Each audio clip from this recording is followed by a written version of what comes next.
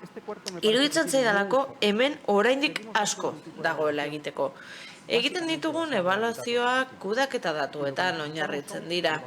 Eta gu behar duguna da benetako inpaktua ebaluatzea. Eta hemen ideia bat aipatu nahiko nuke. Aspaldidanik hitz egiten da ebaluazioari aplikatutako aldaketaren teoriaz. Hau da, elementu bakoitzak duen inpaktua aztertzeaz. Nolabait desegituratu edo zatikatu egiten ari garena eta hori aztertu. Modu kontrafaktualean ere egin dezakegu ikusi nolako bilakaera izan duten zerbitzu erabili dutenek eta erabili ez dutenez. Eta ebaluaketan esango nuke berrikuntzaren funtsezko alderdi bat dagoela garatzeko. Asko dago berritzeko. Eta horregatik arreta berezia eskaini nahi nion puntu honi. Baina ez bakarrik honi, baita ere urrengo honi iruditzen zaidalako beti zerrendaren amaieran geratzen direla eta ez digula eskaintzen hainbeste arreta ebaluazioari eta lorpenari. Eta noski ere ikuspegi kooperatiboari. Hori iruditzen zaitela sistemaren konplexutasunera egokitzeko modu bakarra. Ez delako bakarrik esku hartzen alderdi publikotik, baita ere pribatutik, eta lurraldeetan, eskualdetan, badaude bestelako egiturak ere, mankomunitateak eta abar, eta beharrezkoa da ere toki mailako eragile horietara jotzea eta horiengana iristea. Ituntzeko prozeduren bitartez, baina baita ere mekanismo partekatuen bitartez. Ekintza itunpekoak daude, figura hori existitzen da, eta badakit Euskadin ere ari zaretela lanean lankidetza publiko-pribatoko eredu horrekin Europan ere hori erabiltzen da. Eta baditugu berrikuntzarako beste elementu batzuk ere. Lehen dagoeneko aipatu dut. Adibidez, eginez ikastea, lankidetzaz ikastea eta kopiatuz ere ikastea zergatik ez. Baina barne mailan egitea bultzatzea proiektu politikoak izan ditzagun. Hau da, elementu disruptiboak izan ditzagun gure balio katean eragiteko. Eta hori egin behar dugu, soilik Europako sareak horrela azertzen duelako, soilik benchmarkingeko zerbitzu bat edo sistema dagoelako, baizik eta baita ere, enplegu zerbitzuetan, eragile guztiek, tokikoek, udalek, bench learning eta benchmarking dinamikak barneratu beharko zenituzketelako, zuen lan egiteko moduan egunerokotasunean, elgak, zerbitzu publikoen Europako sareak, EBADES proiektuak, Espainiaren kasuan, erabiltzen dituzte horrelakoak. Munduko bankuak ere proiektu bat eraman zuen aurrera, zehazki aztertzeko pertsona gaztei eta langabetu luzei sustatutako programak, eta iruditzen zait hori alde batera utzita, antolakunde osoari edatu behar zaiola bench learninga eta benchmarkinga. Eta horrekin batera iruditzen zait garrantzitsua dela identifikatzea zer egin behar dugun, ekintza behar dugu, jakin behar dugu zer ikasi behar dugun etengabe. Gure lana ez da soilik pentsatzea, ikastea, identifikatzea egin behar duguna, ez. Gure lana ere bada ekitea. Hau da, gauzak egitea, gero ebaluatu ahal izateko. Etengabeko bikaintasunaren zirkuloa azari naiz azken batean. Eta zeintzu dira berrikuntzaren elementu nagusiak. Lehenik eta behin datuetan oinarritu beharko dira, bai plangintza eta bai erabakiak. 80ko hamarkadan, hau jorratzen hasi nintzenean, etzen bat ere erraz hau egitea zaila zelako, datuak lortzea, sakabanatuta zaudelako, orain ez, zorionez, ia prozesu guztiak digitalizatuta daude. Eta, hemen, gertatzen dena da, erabaki prozesuan sartu behar ditugula, datu egokiak aukeratu behar ditugula, eta ez ditugula soilik makina batean sartu behar, baizik eta modu koherente batean aztertu. Egin handi batean, edo egin den alden mailarik altuenean, oinarrituta egon daitezen, funtsatuta egon daitezen erabakiak. Erabiltzaileari dagokionez, beti izaten da joera erosoen gertatzen zaiguna egitea, ezagutzen ditugun programak egitea, eta inertziaren dinamika pixka bat. Eta noski baude elementu batzuk inertzialak izan behar direnak, baina funtsean amaierako erabiltzailea izan behar dugu gogoan. Zerbitzu bat delako. Enplegu zerbitzu publikoak ez dira arau emaileak, zerbitzu bat dira, zerbitzu finalistak dira. Hirugarrenen harreman batean, baina finalistak erabiltzailearentzat zerbitzu publikoa bere formarik puruenean. Eta ez diru laguntzak eman, ez gomendioak eginez, ez zerbitzuak ematen ditu. Eta enpresak pertsonak erdigunean jarri beharko lirateke zerbitzua betan ikuspegi holistiko horrekin.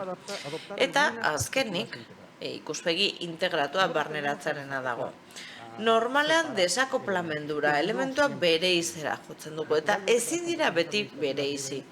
Horregatik gertatzen da askotan, gure administrazio publikoetan bat arduratzea ekonomiaz, beste enpleguaz, beste gizarte laguntzaz, baina egitura horrek ez du islatzen errealitatea. Egiten dena da horrela antolatu, pixka bat ardurak ere argi gera daitezen, baina errealitatea konplexua da. Eta pertsona batek babes bat jasotzen du, baina beste eragin bat du edo beste harreman bat du enpleguarekin adibidez, ez da? Herritar aktiboa delako.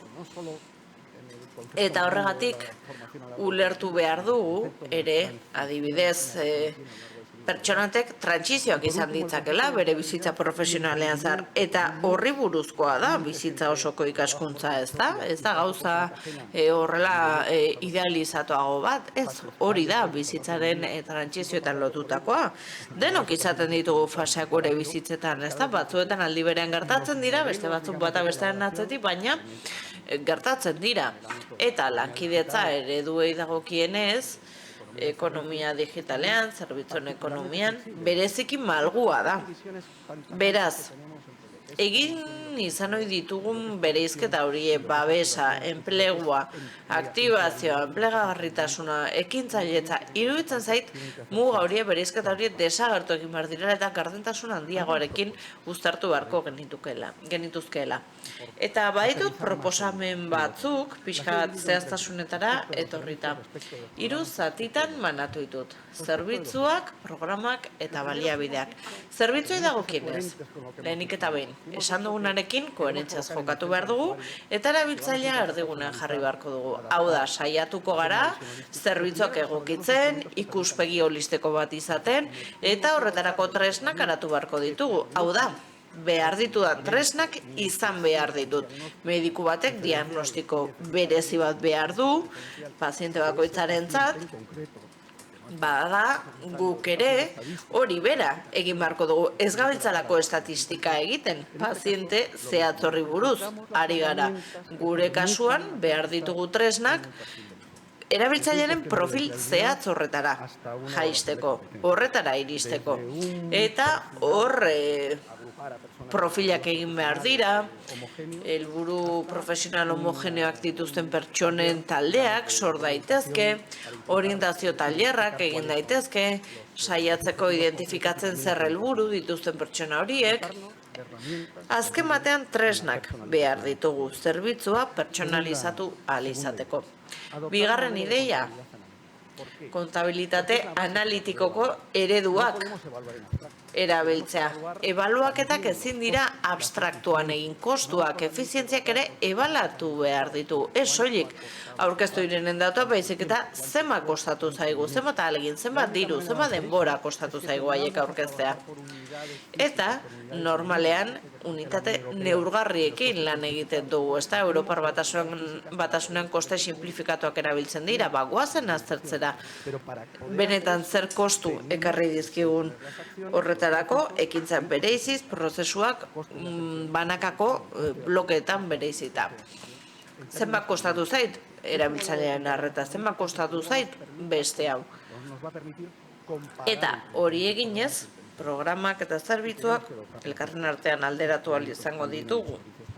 Eta hori egin beharko genuke enpresetan egiten duten bezala, baita ere zerbitzu publikoetan. kostu aplikatuen metodo analitikoak erabiliz. Noski, beharrezkoa da ere, prozesuak eta tresnak digitalizatzea eta lurraldera egokitzea. Zerbitzuak ematen ditugunean, esparru egonkorrak behar ditugu. Ezin da izan, zerbitzu bat hastea eta 3 hilabetetan bukatzea, ez profesionalizatu egin behar ditugu. Behar ditugu esparru egonkorrak. Munduko bankuan, adibidez, kontuan hartzen ari dira Australian 4 urterako ituntzen ari diren zerbitzuak.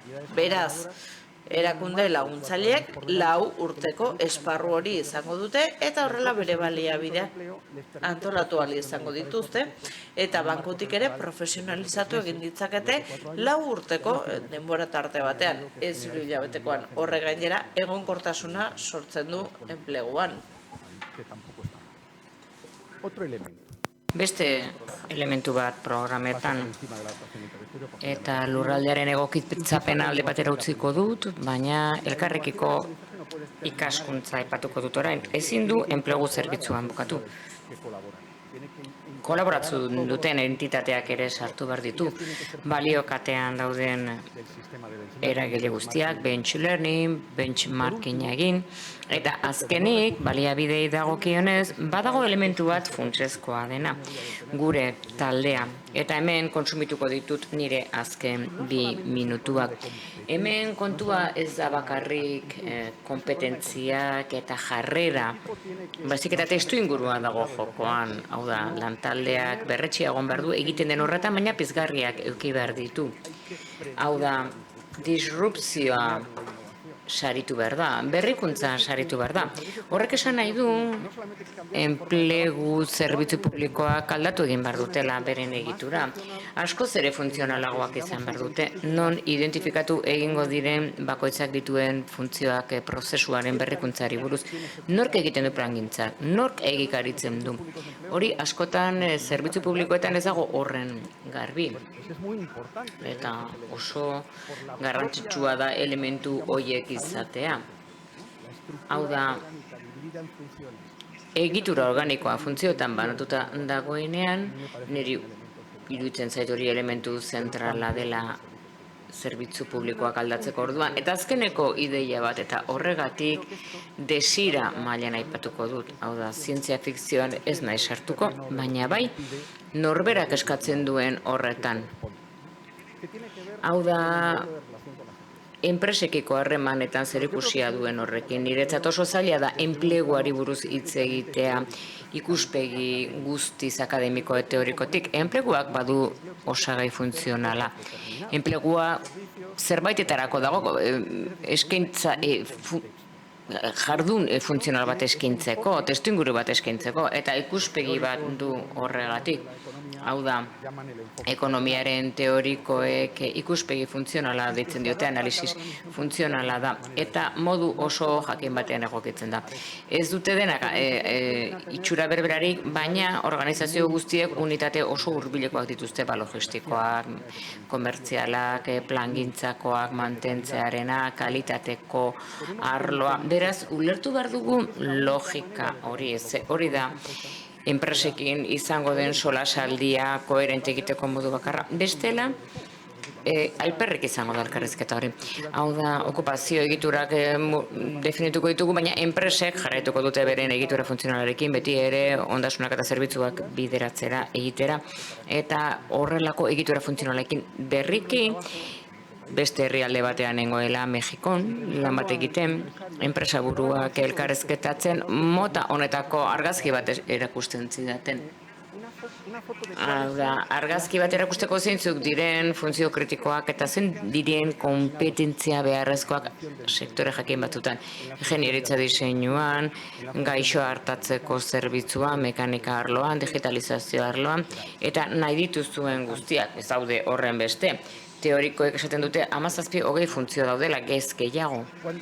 Nik funtzio hauek aztertzen ditudanean eta aztertzen ditute eskatzen duten ikuspegiarekin, konturatzen naiz, guk eskaintzen dugun egituretatik oso urrun daudela, baina ez bakarrik prestakuntza arloan, baita ere bitartekaritzan eta sailkapenean guk erabiltzen dugun sailkapenean okupazioak, zeneoak egiteko.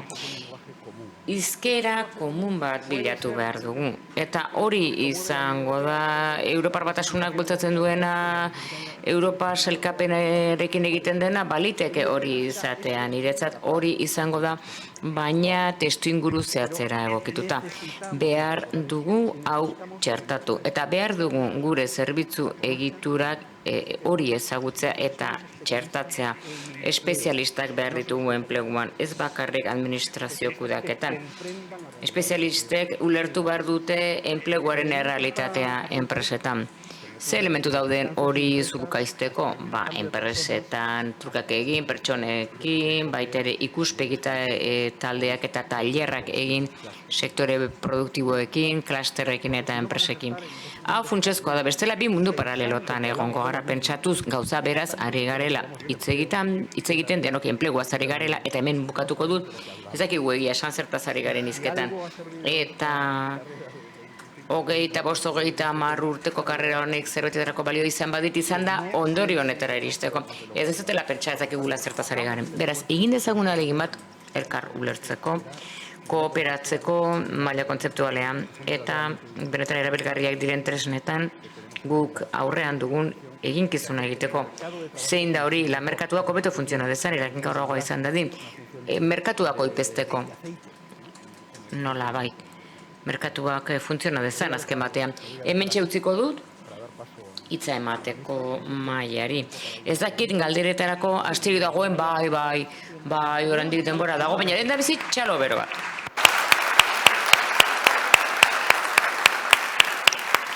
Veo en la primera fila a los gestores del... Hilaran ikusten dut lan eta enplegu saileko kudeatzaileak, lanbide zerbitzua hobetzeko ahaleginetan, ideia oso onak atera dira, gogoratzen dizuet, galderak egin ditzakezuela, bai mikrofono bidez, edo baita eman zaizkizuen txartelen bitartez. Atentzioa ikaragarri deitu dit, naiz eta atzo ministroak esan zuen, ze disfuntzio dauden eta ze egokitzapen egin behar den enplegu zerbitzu publikoetan batez ere enpresara egokitzeko. Baina zuk azkenean esan duzunean mundu paraleloa daudela, bat dela enpresaren mundua eta bestea da teorian lanesko eman beharko lieketenak hori egin ahal izateko. Zera dela Rika hartu du mikrofonoa? Ez da entzuten. Ez da entzuten. Etzaigu, barkatu baina, etzaigu soinua iristen. Etzen dugu, baina etzaigu soinua iristen.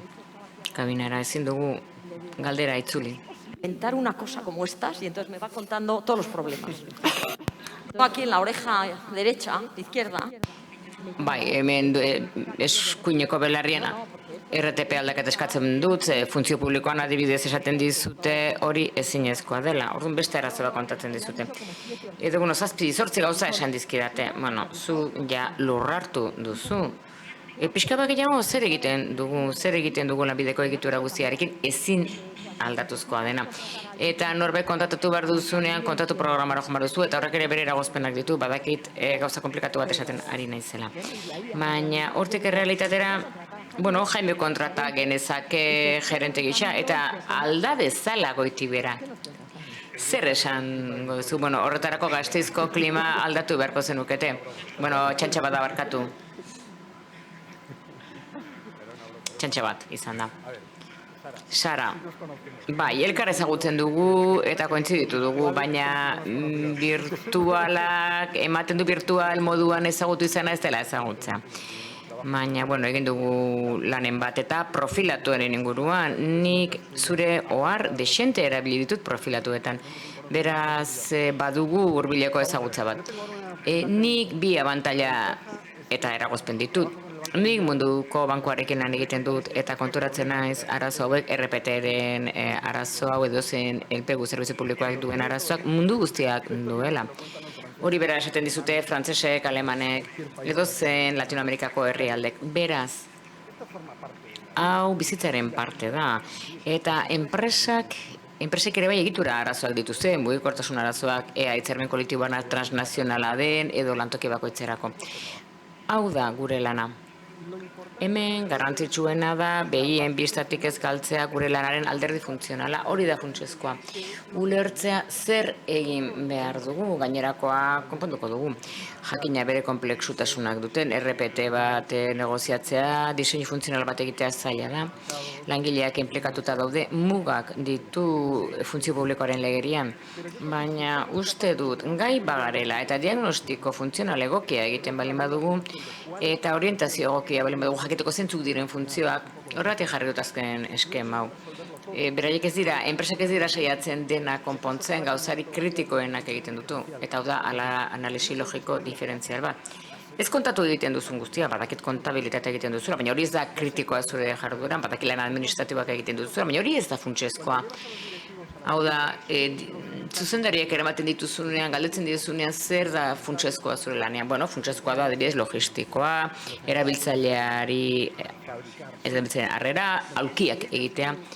Bueno, beraiek gaitasuna balin badute analisi funtzional diferentzial bat egiteko bere organizazioa, guk ere bai, zer da funtsezkoa enplegu zerbitzu publikoan, zer egin behar dute bai ala bai. Orientatu, bitartekotu, enpresak lagundu bere giza baliabideen prozesuetan, hautaketan, sustapenean, promozioan, hori da funtsezkoa. Gero beste gauza batzuk egin behar direla, bueno, pizgarriak kudeatu behar direla, bai. Baina baliabideak fokura joan behar dute eta kompetentzia kritikoak horretara joan behar dute. Ez da perfektua izango, begi biztan dago ezetz. Baina gai bagara muinarekin asmatzen, hau da, funtzio kritikoekin eta eskatzen diren eginkizun kritiko horiekin hurbilago egongo dira. Hau da, zein da aholkua fokalizatzea. Beste galdera bat badago, bai, arratsalde egunon. Bueno, nire ez dakit galdera den edo gogoeta bat den eta ardezala hartu behar duenak. Guk enplegu udal zerbitzu batean lan egiten dugu eta erabiltzailearekin zuzenean lan egiten dugu. Hau da, guk ezagutzen dugun realitatea aurrez aurrekoa da, lehen eskukoa da. Eta pertsonala, erabat. Beraz, políticas, los recursos. Ikusten dudana da, erabaki politikoak eta baliabide ekonomikoak, eta implementatatuko baliabideek ez diete nire beharrei erantzuten. Egia da guk ez dugula lan egiten herritarrekin oro har baizik eta zaurgarriak diren pertsonekin lan egiten dugu. Eta niri gauza asko, esan diren gauza asko, eta asko gustatu zait zure hitzaldia, baina esan diren, atzo esan ziren gauza asko, bueno, nik hau nola implementatzen du, nola gauzatzen du, nola eman diezaioket erantzuna transizio digitalari ni alfabetizazioaren arazoa dudanean aurrez aurre. Erabiltzaile asko ditugu, biderketa taula ezakitenak, eta hau egiazkoa da. Beraz, baliabide osagarri horiek enplegagarritasuna hobetzeko pertsona hauen kasuan, eta autonomia erkidegoak eskaintzen didana, ni ez naiz Euskadikoa, esan berra daukat, guk ez dugu Euskadinan egiten, baina ez du diote erantzuten nire erabiltzaileen beharrei, esaten didate, ez, baina zuk esaten didate, baliabide hauekin lan egin behar duzu, baina nola egin dezaket enplegagarritasuna hobetzeko, nire eskura jartzen dituzten baliabideak ez badira nik behar ditudanak. Beraz, bai, uste dut behar bat nagoela, entzun diezagutela maila politikoan, guri pertsonekin harreman zuzenean gaudenei. Hau da, erabakiak hartzeko orduan eta baliabideak esleitzeko orduan, adjudikatzeko orduan, zeintzuk dira beharrezko tresnak, hoixe zen nik planteatu nahi nuena, eskerrik asko. Bai, ados, nik uste dut hor hainbat auzi biltzen direla. Nik asko ikasi dut erakunde finalistekin lan egiten, hau da, zuzenean erabiltzaile zerbitzuk eskaintzen dizkietenak udalak. Enplegurako hirien foro bat antolatu zen ikuspegi horrekin, administrazio hurbilena udala baita. ze profila aurkitzen ditu eta zer eskatzen dute erabiltzaileek udal batean, eta hau ikaskuntza interesgarria da. Nire ustez nola konpondu diteke hauzia? Bueno, lehenik eta behin, oinarri kontzeptual bat izan behar da. Hemen ez dugu garatuko, baina, bueno, zirri borratu egingo du besterik gabe. Oinarri kontzeptual horrek ulertu behar du, merkatuaren konplexutasunak ere pertsonek badutela. Hau da, giza baliabideetan lan egiten duten pertsonak ezagutuko dituzte adimen anizkoitzak, Howard Gardnerrenak, 80 hamarkadakoak. Pertsonak oso desberdinak dira, gauza desberdinak behar dituzte. Gaitasun desberdinak dituzte eta desberdin jokatzen dute, eta gainera helburu desberdinak dituzte.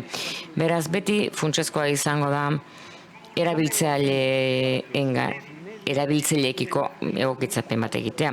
Eta bitartekoek utzi behar dizute erantzun diferentzial bat ematen. Hori egiteko modu bakarra da irudi baten bitartez, baina zaila dagoen azaltzen. Konfiantza da irudi nagusia. Konfiantzak esan nahi du, kudeatzaileak, enplegu zerbitzu publikoak konfiantza izan behar du udal horretan, arreta horretan. Nolabait malgutasuna utzi behar dio baliabidea egokitzeko, zerbitzua programa egokitzeko ezaugarri zehatz horietara. Nik uste dut enplegu zerbitzuak zurrunegiak direla, malgutasun handiagoa behar dute egokitu ahal izateko erabiltzailera, eta ez aurrekontuarekin loturik, baizik eta adimena nizkoitzak ala eskatzen dutelako, erabiltzaileak desberdinak direlako. Bueno, bi galdera gehiago ditugu, baina hemen utzi behar dugu, ze bestela denbora kentzen diegu gainerako izlariei. Han badugu norbait mikroarekin. Bai, eskatuko dizut laburra izateko mesedez. Muchísimas gracias por esta exposición destilada. Eskerrik asko, hitzaldi honengatik, eskarmentu handia duen hitzaldi honengatik, ni bizitza profesionala daramat. Gazteak laneratzen enpresetan eta gobernuarekin batera lan egiten. Nondik hasi hori da galdera? Nik uste dut une honetan hemen Euskal Herrian ekosistema oso interesgarria sortzen ari garela. Eta guk asko sakondu dugu kudeaketan eta aldaketa norberaren aldetik hasten da. Galdetu nahi nizuke, ea ez zaizun interesgarria iruditzen Europak erabiltzen duena, pilotuena. Hau da, ezin dugu lanbide osoa eraldatu goizetik gauera. Baina ez alda hobeto nitxo pilotuak ireki jende onarekin jadanik uin honetan daudenak eta badakitela zer egin. Eta ulertzen dituztenak zer diren zerbitzu pertsonalizatuak, gazteak, enpresak, hizkera ulertzen duena datuak manejatzen dakizkitenak. Oso gauza komplexua da, ondori batera eramaten gaituena. Hau da, pilotuak sortu eta zabaldu.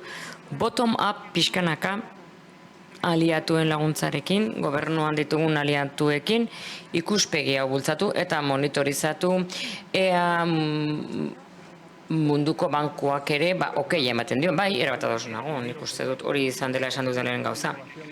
Berrikuntza testingura sortu egin behar da. Elikatu eta sortu. Berrikuntzak baditu aro batzuk edo zen enpresak ditu. Normalean errendimendu altuko adierazleak. Baina funtsean horri buruz ari garaitze egiten. Elementu kontrolatuak, proiektu pilotuak, mugatuak denboran, eta mugatuak erabiltzaile kopuruan. Eta hoietatik esperientziak sortu eta orokortu. Hori funtsezko pieza da. Errendimendu altuko adierazle horietan, proiektu pilotuak ere Europan horrela deitzen diete. Hemen sortu egin behar dira, zentzu batean. Baina horretaz gainera, ea ondo esaten dudan. Ez dira goiti bera sortu behar, baizik eta gaitasuna sortu behar da, beti gora sor daitezen.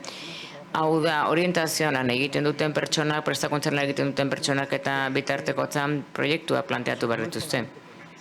Hemen ez da bakarrik organizazioak ala erabakitzea, zerbait esan behar dut. Badira dinamika batzuk zentzio honetan, SEPen badira aktibazio sistema batzuk, orientazioan eta enprendimenduan, eta horrek ekosistema bat sortzen du horretan, aukerak sortzen ari dira.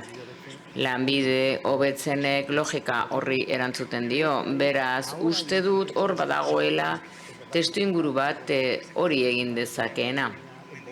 Hau da erabiltzaile volumena, horrek zaildu egiten du, baina egoera normaltzen denean eta lan merkatu normalizatu batean gaudenean hori da momentua hori bultzatzeko.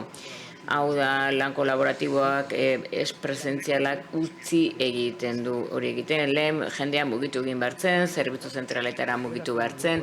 Egin diteke azeleratzaile bat, eta horrela, 7 enplegu bulego desbertan daudenak, guk piloto bat egin genuen hemen zentzu horretan.